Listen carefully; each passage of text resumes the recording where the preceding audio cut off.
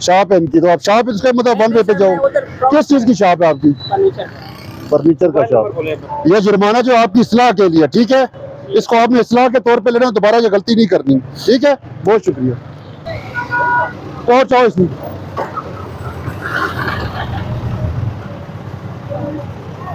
बुलाए मालिक को, बुलाए जरा,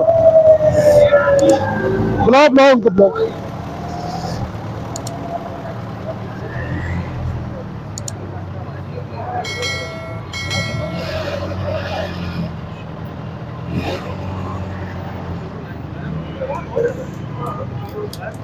क्या नाम है आपका?